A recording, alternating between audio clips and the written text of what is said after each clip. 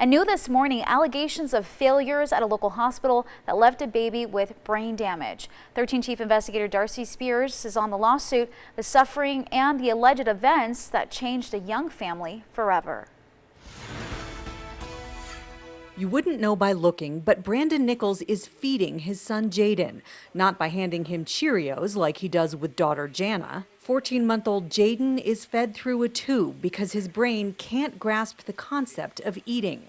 The little boy sleeps through the process as Dad gently rocks him to the quiet whoosh of the machine. Jaden can't take a bath, play with his twin sister, crawl, or even swallow. He can barely hold up his own head. After years of trying to get pregnant, in vitro fertilization finally gave Lauren and Brandon the family of their dreams. But the twins came a bit too soon. Jaden and Jana were born March 27, 2019, at 32 and a half weeks. Jana turned out to be fine. As for Jaden, we knew that he had heart defect early on at 12 weeks. A defect that would require 3 surgeries after birth. After the last one on May 10th, Jaden was recovering with help from a breathing tube.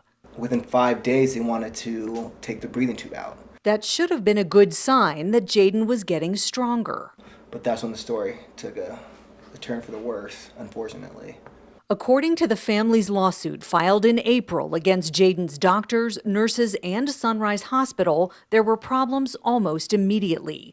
The suit alleges that on May 15th, just an hour after Jaden's breathing tube was taken out, lab results showed a critical chemical imbalance in his blood, making it too acidic. 5 lab results from throughout that day showed the same critical lab values, which the suit says required immediate attention and re-intubation as Jaden's body wasn't getting enough oxygen. About 4 or 5 hours had gone by, and I didn't get another phone call saying that they re-intubated. She called Brandon, who left work and raced to the hospital. I walked in, I knew within seconds something is wrong. He's sweating, he is gasping. I'm looking at him, and he just takes that big breath, and that's it. After hours of oxygen deprivation, baby Jaden stopped breathing. Code blue. The lawsuit says nurses reported the critical lab values but didn't act because they couldn't reach Dr. James Andrus and Dr. Parvin Darostkar. I don't know what excuse on earth you could possibly have for that. Call anybody. Literally call anybody. You know, they are a children's hospital. They have a pediatric ER downstairs. Neither the doctors nor anyone at Sunrise Hospital would comment due to the pending litigation, and they have not filed an answer yet in court. Attorney Matthew Hoffman says after Jaden went into cardiac arrest, the medical staff finally did something. You shouldn't need somebody to literally die before all of a sudden they get the intervention that they needed all along. The lawsuit says doctors cracked open Jaden's tiny rib cage to do finger compressions on his failing heart.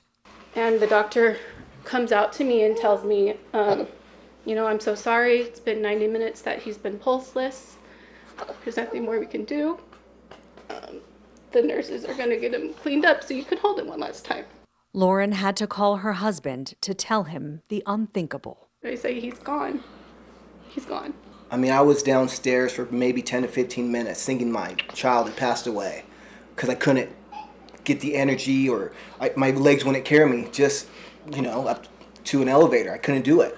Then the emotional roller coaster took another sharp turn. Doctor comes back out to me and says that he lifted his arm up when they were taking his leads off. He lifted up his arm, and all of a sudden they felt and he had a pulse. It was the lowest point of my life. And then it was the highest point of my life because he was back.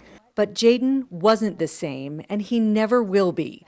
Medical experts who submitted these opinions in the lawsuit say given Jaden's history of being born with a defective heart and all the surgeries, the critical lab values were especially concerning because they indicated that the heart wasn't pumping enough blood to the rest of his body. The experts who reviewed Jaden's medical records for the lawsuit go on to say that when doctors failed to appropriately respond, nurses failed to advocate for their patient.